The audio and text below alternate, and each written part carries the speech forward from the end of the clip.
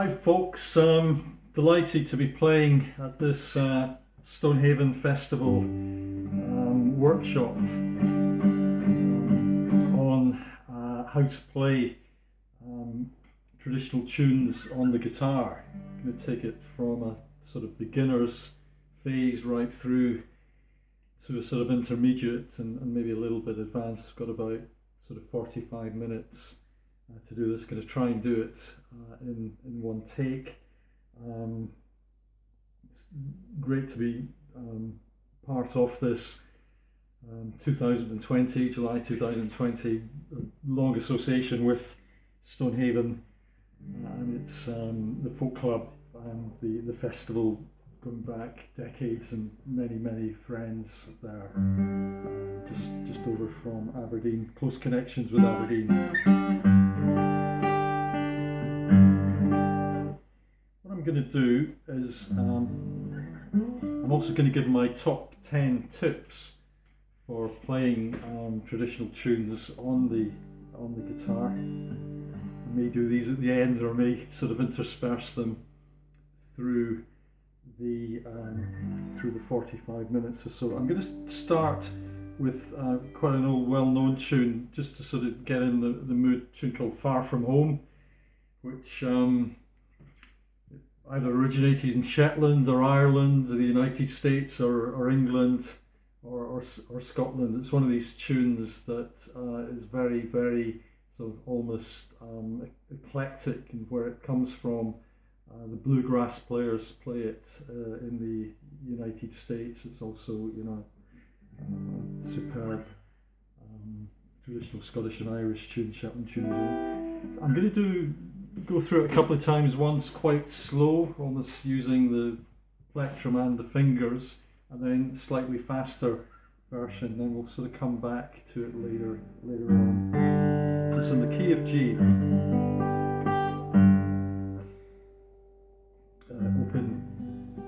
Open standard tuning, but getting quite a few strings ringing out. Simply going to put some chords in the first bit as well.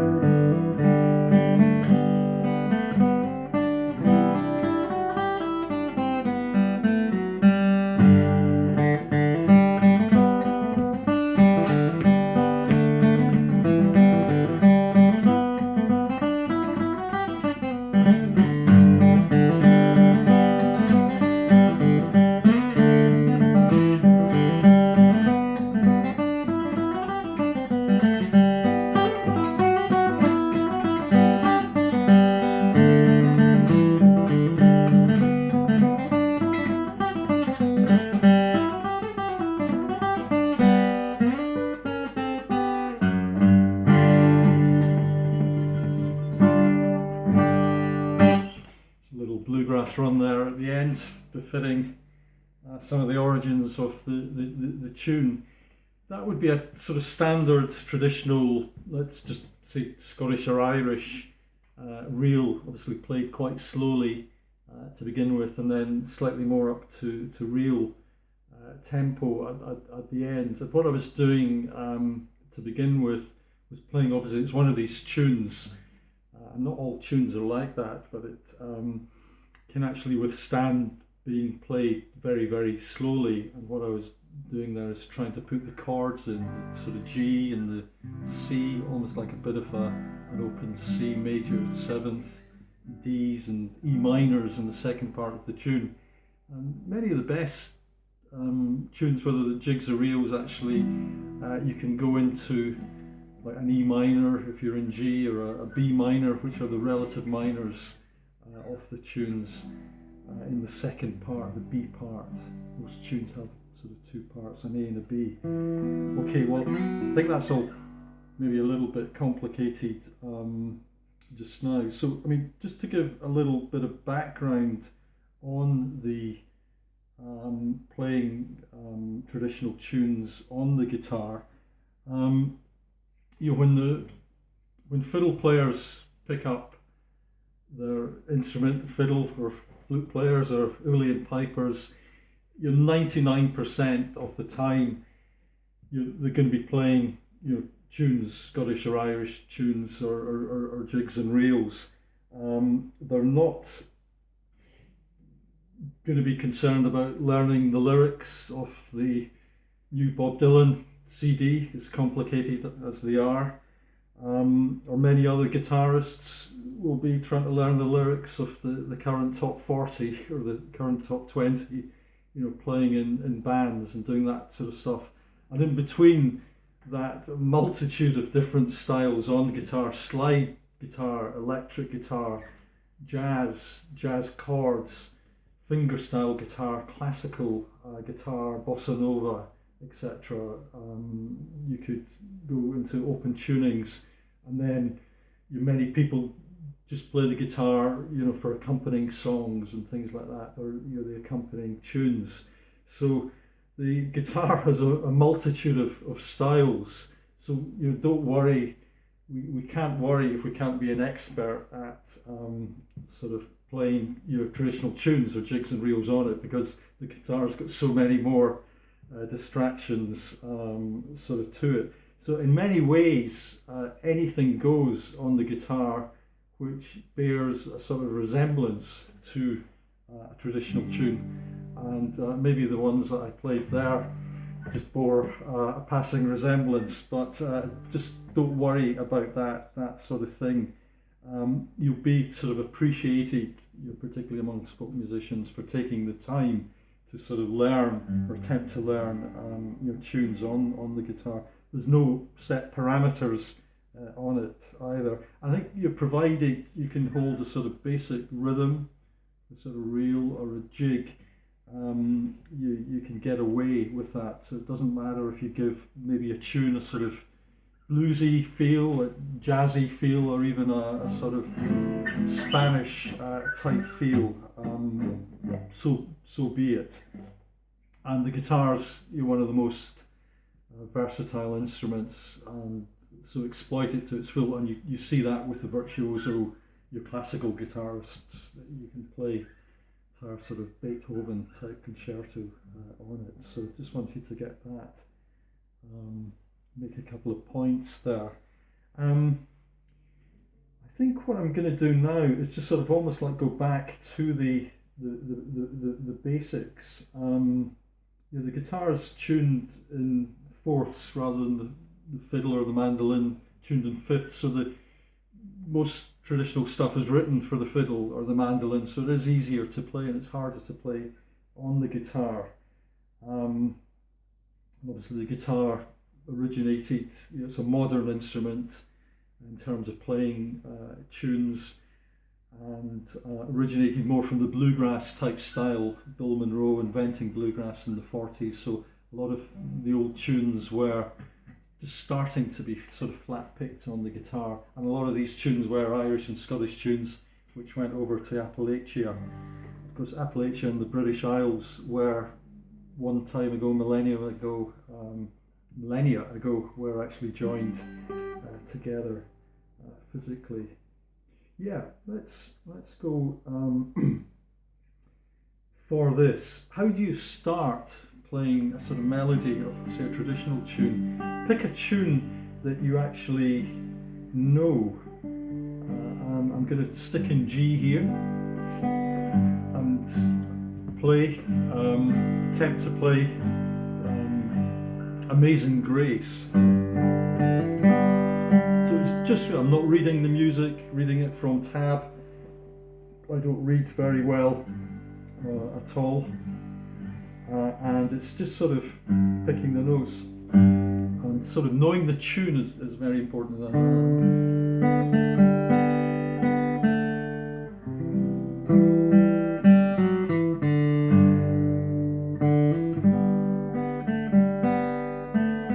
D.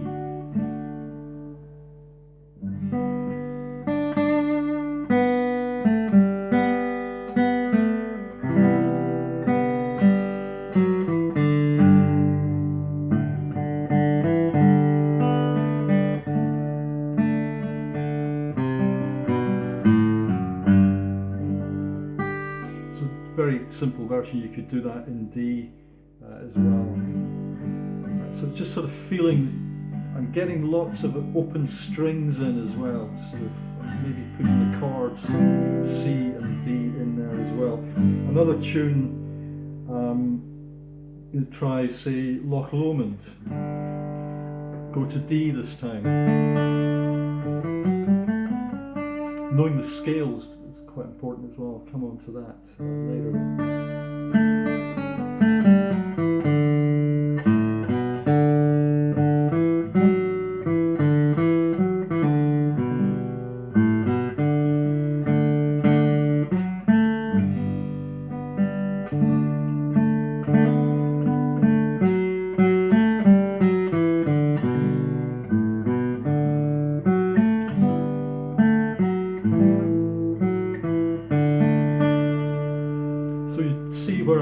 Sort of coming from, hopefully, in terms of just almost like sticking in that first position of D and just feeling it.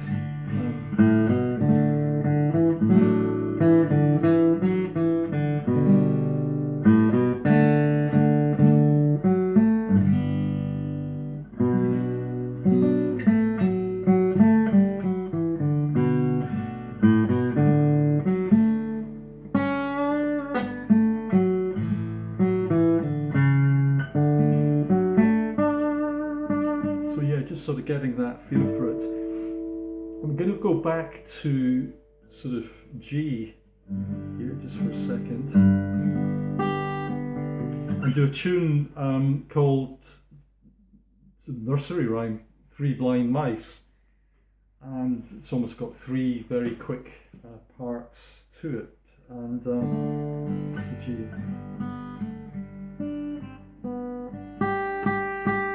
Now, maybe a simple tune, nursery rhyme. There's at least a couple of avant-garde jazz albums have been based on the melody, and a famous classical composer actually based a symphony around the entire melody of Three Blind Mice. So it's not as daft as it seems, just sort of starting on it. Again, it's just how do you play, how do you get these basic things.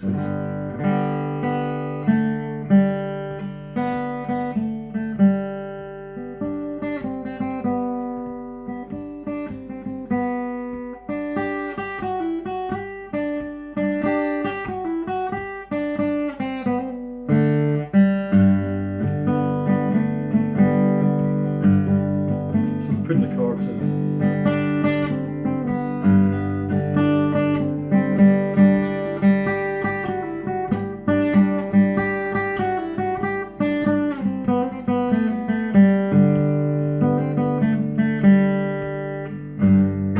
Now, how about going into a jig time for that, and almost like turning it into a jig?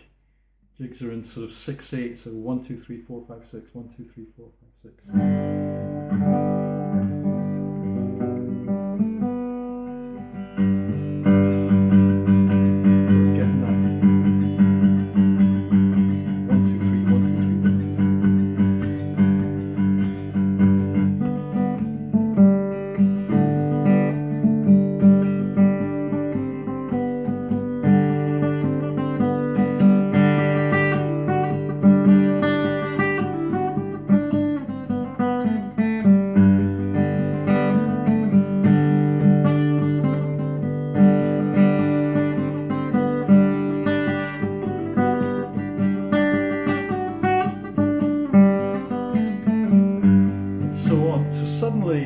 it's almost sort of taking the shape of an Irish or Scottish sort of jig.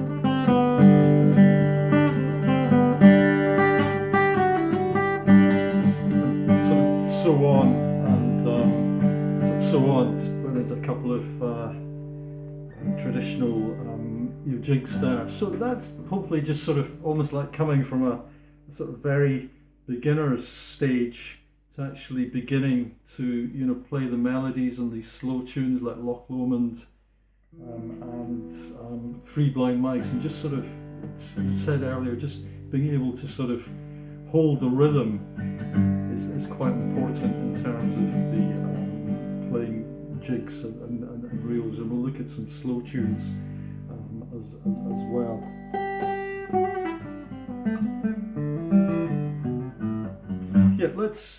One of the top tips maybe like to share, get the first one in, is practice is obviously the key, but keep practice sort of fun, don't make it a chore, and it's also, I think, valid to have maybe sort of 5 minutes of proper practice on the guitar rather than an hour with the guitar on your lap. You're doodling away watching the television or something like that. So it's actually better to have sort of more intense, very intense small period of practice. Again, learning a tune can be difficult. To the casual observer or the non-folk music fan, put on an album of jigs and reels, and they can all sort of sound the same, but then you get your ear in, and you start to differentiate between the tunes as well. So the more familiar you are with the tune, the better you will be playing, better you're playing at it, playing it. It helps to obviously know the melody of the tune, but it helps to be able to sing the tune as well. If you're having difficulty with maybe a slightly trickier part of the tune, try singing the tune slowly. If you can't actually sing it, it means you probably don't actually know that part of the tune, and that's why it's tricky. Also, you look at your fingering, left hand fingering as well, and sometimes even the right hand fingering in a very tricky part of the tune. So notation or tabs not necessary for learning tunes. As I say, we were playing Three Blind Mice there, an Amazing Grace and Loch Lomond, but actually knowing the tune and just beginning to actually put it down onto the fretboard. So learn from listening, and that's the way the old traditional players do it, and many traditional players do that. Current players do that as well. The right hand's very important. Many flat picking guitarists talk about a down up stroke. I don't pay too much attention to that. Sometimes use fingers, and that sort of hybrid type style almost comes from a sort of ragtime. I was listening to Rory Gallagher's version of Pistol Slapper Blues, that sort of hybrid style in flat picking.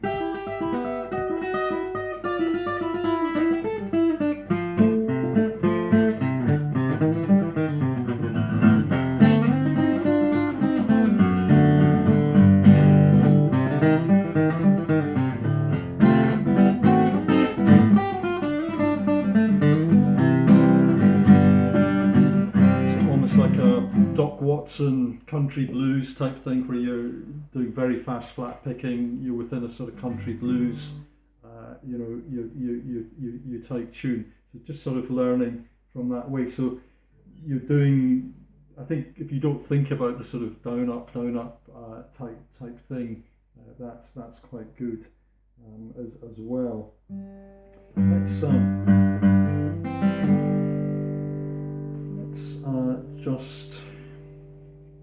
Let's look at some reels just now. I'm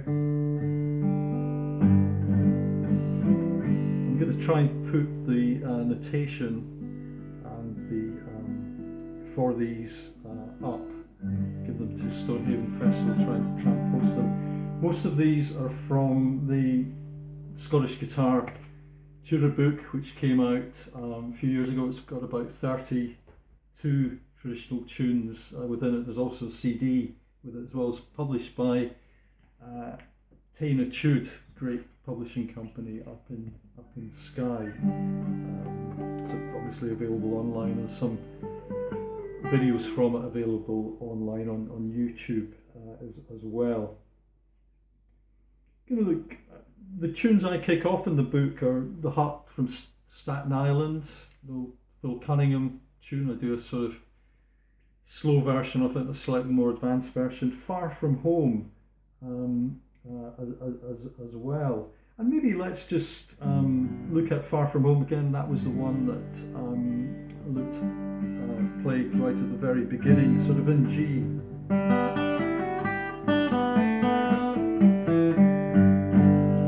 Just sort of playing the simple melody.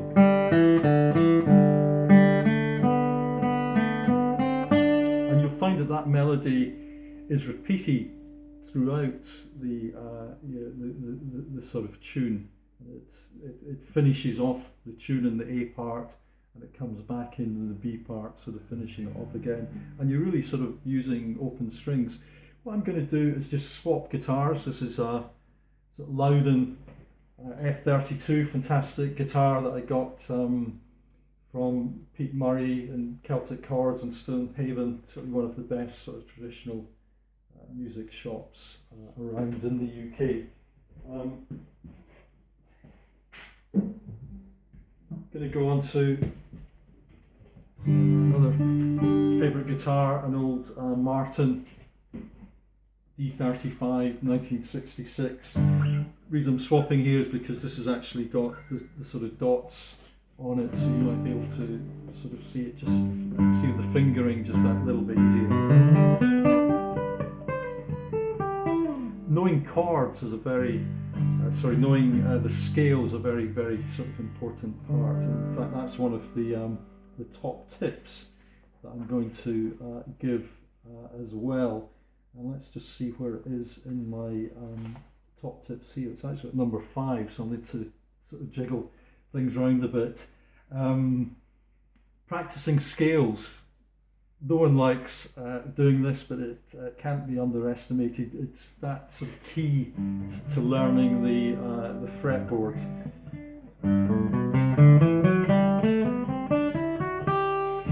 Now, I'm not talking about learning scales in 2nd, 3rd, 4th position, or learning the pentatonic minor, or your various fancy sort of jazz type scales. It's sort of really the basic major and minor scales, and particularly the major scales in sort of G and in A and in D as well. I think A is important.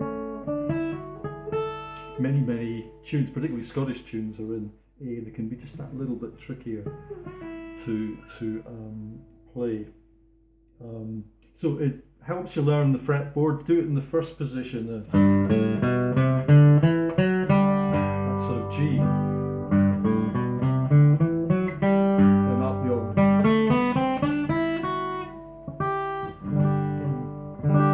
And D.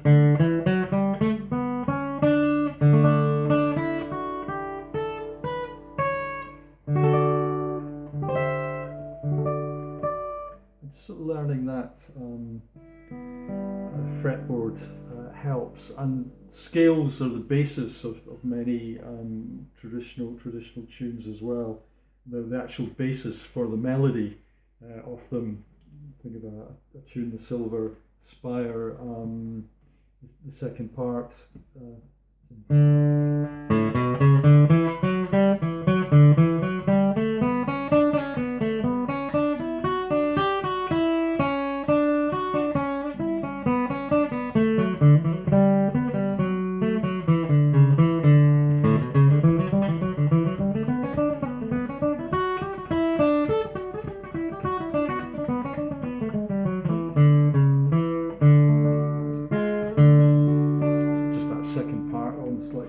starts on the further down the D scale sort of thing. And obviously playing in first position, you're using a lot of open notes for the scales as well. Right, back to the tune, yeah, Far From Home. So just sort of starting from that, almost like that open third string.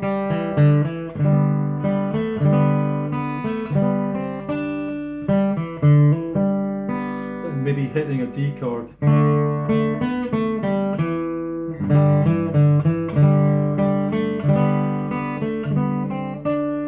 Then perhaps maybe a bit of a C, open.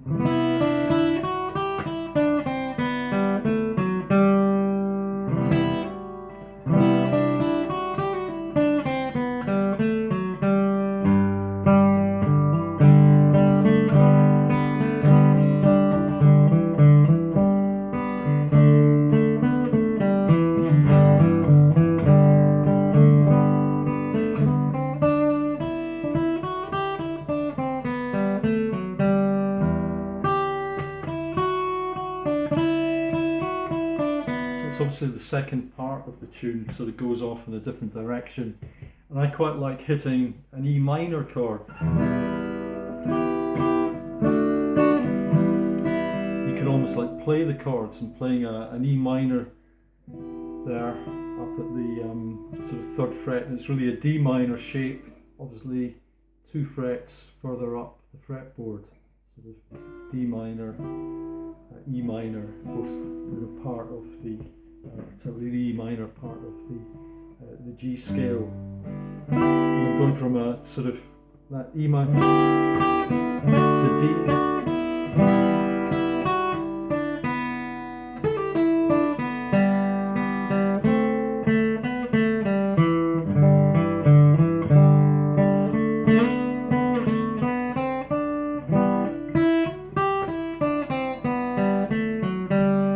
See how the basic melody then comes back in terms of just sort of ending the second part of the tune.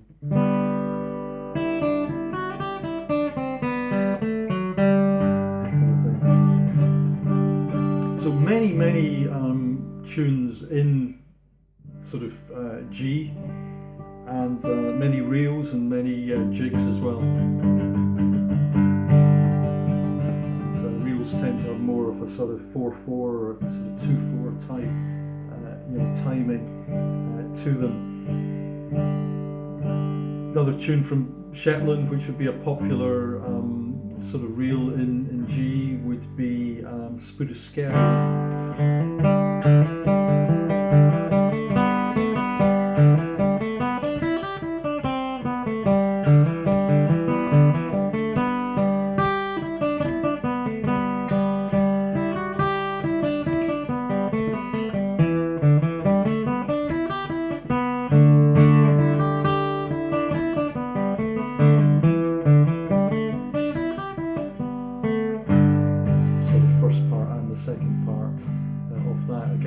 Similar to Far From Home, it's got that lovely sort of second B part to it.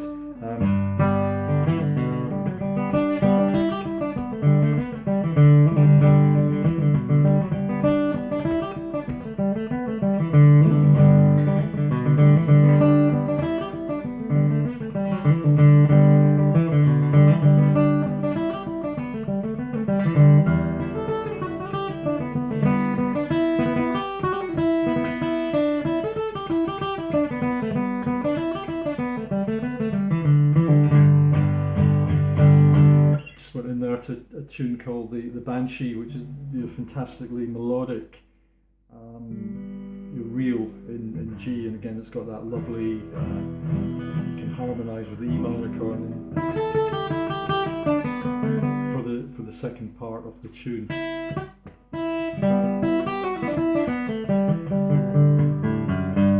As I said earlier, a lot of these tunes of flat picking comes from the Bluegrass tradition, and one of the best known tunes would be Blackberry Blossom, which again is a kind of real very popular in the United States, and it's also a great tune, as these other ones in G in particular, for improvisation as well. And obviously in bluegrass, sort of virtuosity and speed to a certain extent go with a lot of bluegrass playing, but sort of different to the sessions you'll get in Scotland and Ireland are the improvisations, sort of the jazz improvisations that you'll get within bluegrass sessions. So in Blackberry Blossom, very popular tune, great versions of it from Tony Rice, Dan Crary, and Norman Blake in particular.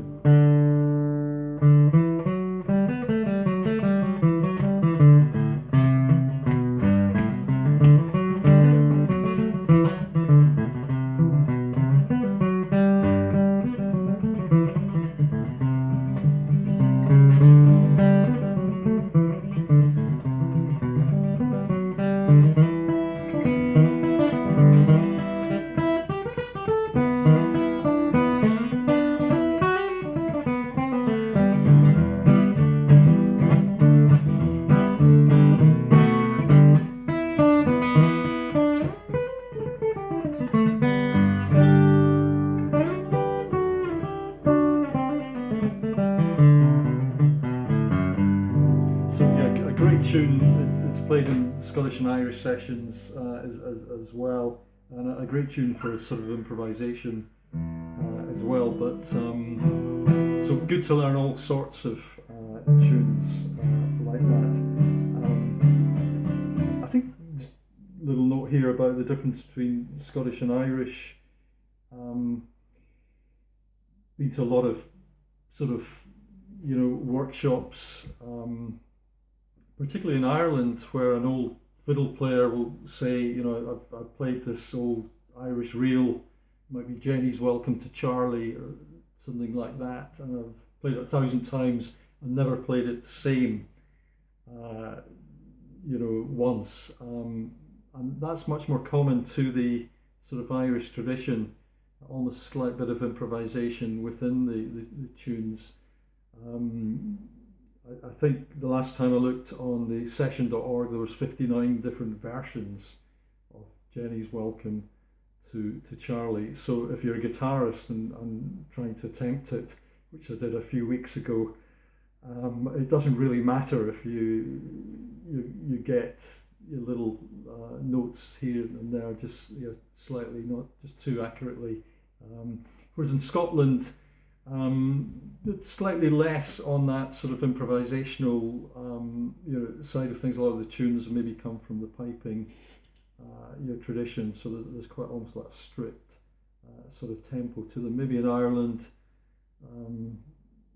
there's just that little bit more bluesy type approach to some of the tunes. Uilleann pipe tunes in particular can be, or versions of tunes that are played in Uilleann pipes can be great to actually try on the guitar, sort of very much a sort of modal type sound to them. In fact, I'm just thinking what I'm going to do, and I'll just go down to drop D tuning here.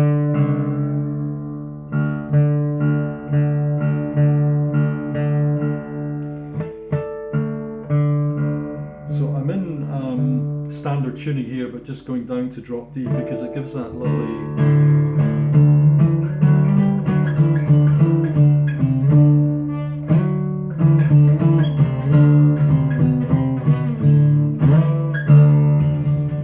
I'm starting to get some Hendrix.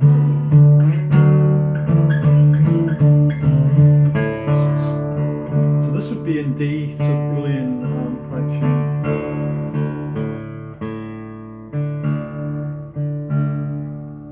Friar's Breeches.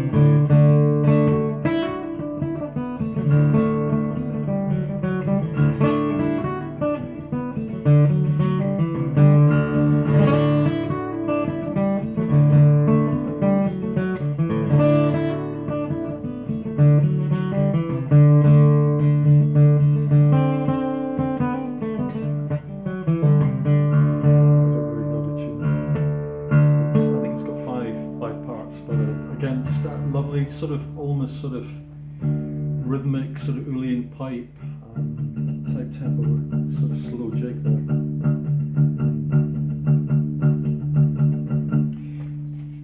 Top tip, top 10 tips.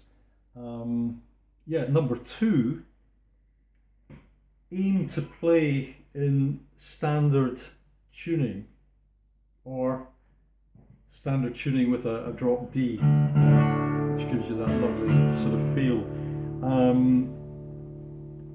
Playing in standard tuning rather than going into sort of fancy tunings, even dadgad, it gives much more variety. It also means that you can change keys much more easily. You can be playing in D and then go straight into a tune or a reel in A or E minor or B minor or G or D minor, etc. And with alternative tunings, it's just not nearly as easy as that. It means you can switch to rhythm playing as well, or putting in sort of fancier maybe jazz chords if you're accompanying yourself, or obviously if you're in a session, it means you can actually go into any variety of sort of rhythmical backing accompaniment type styles as well. And yeah, I mean, it's been said before, sort of alternative tunings are almost like learning a different instrument to the guitar, and they can be complicated, and the guitar is such a versatile instrument. Just sort of sticking to the basic sort of standard tuning for that as well. Since I'm in drop D here, I'm going to go into a sort of slower type tune called Niel Gow's Lament for his sort of second wife. So this is a sort of nice and slow type thing, using a lot of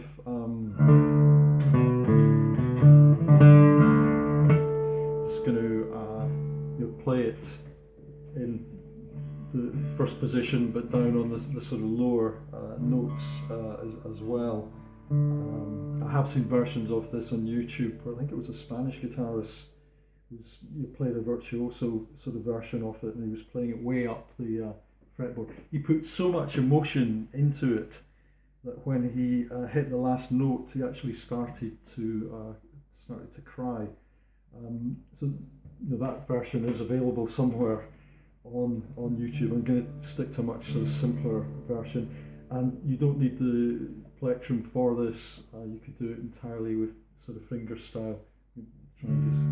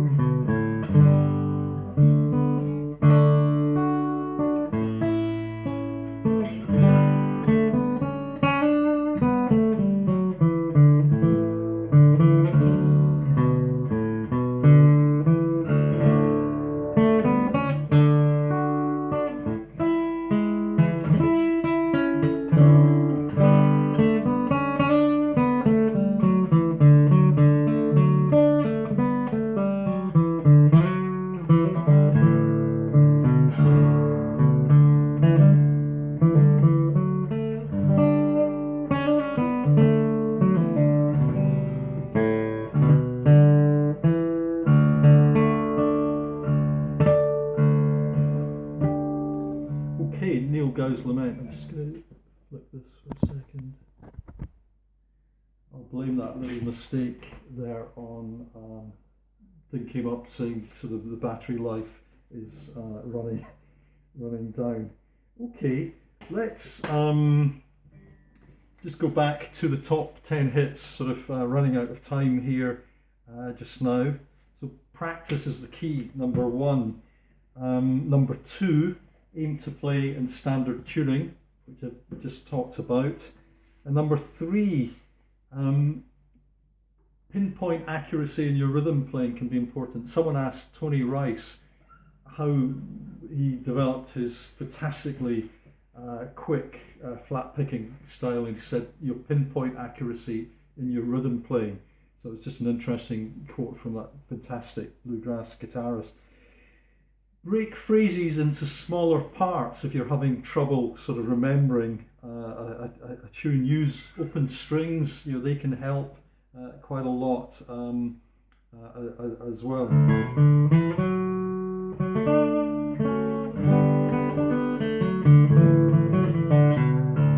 Many tunes are repeated, or many phrases are repeated in tunes as well. So if you've got difficulty, sort of break these phrases into smaller parts. Practice scales, which I've talked about as well. You know, no one likes doing it, but do it in the first position, and then sort of go on from there. You know, sometimes the scales can actually form part of the tunes. Include chords and use chords when you're playing the melody.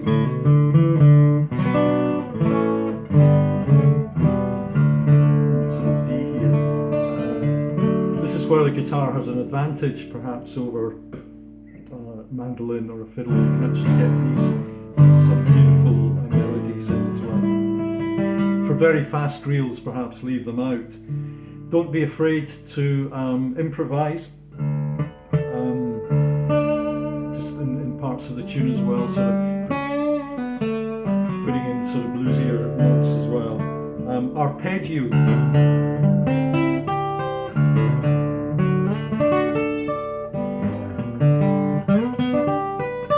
Many tunes actually use arpeggios in the basic melody. Many of Django Reinhardt's sort of solos were arpeggio based as well. Use all 4 fingers. You're the best guitarists in the world. The classical players, the jazz players, all use all 4 fingers rather than sort of just using your 3 fingers. A lot of blues players just use, you know, 3 fingers if they're doing solos. Some of the very best blues rock players use all 4 fingers, but you know, don't be a sort of slave to that. So I'm just going to play out here. It's coming up to the 45 minutes, and yeah, just really go back to maybe the hut on Staffin Island for just a few bars.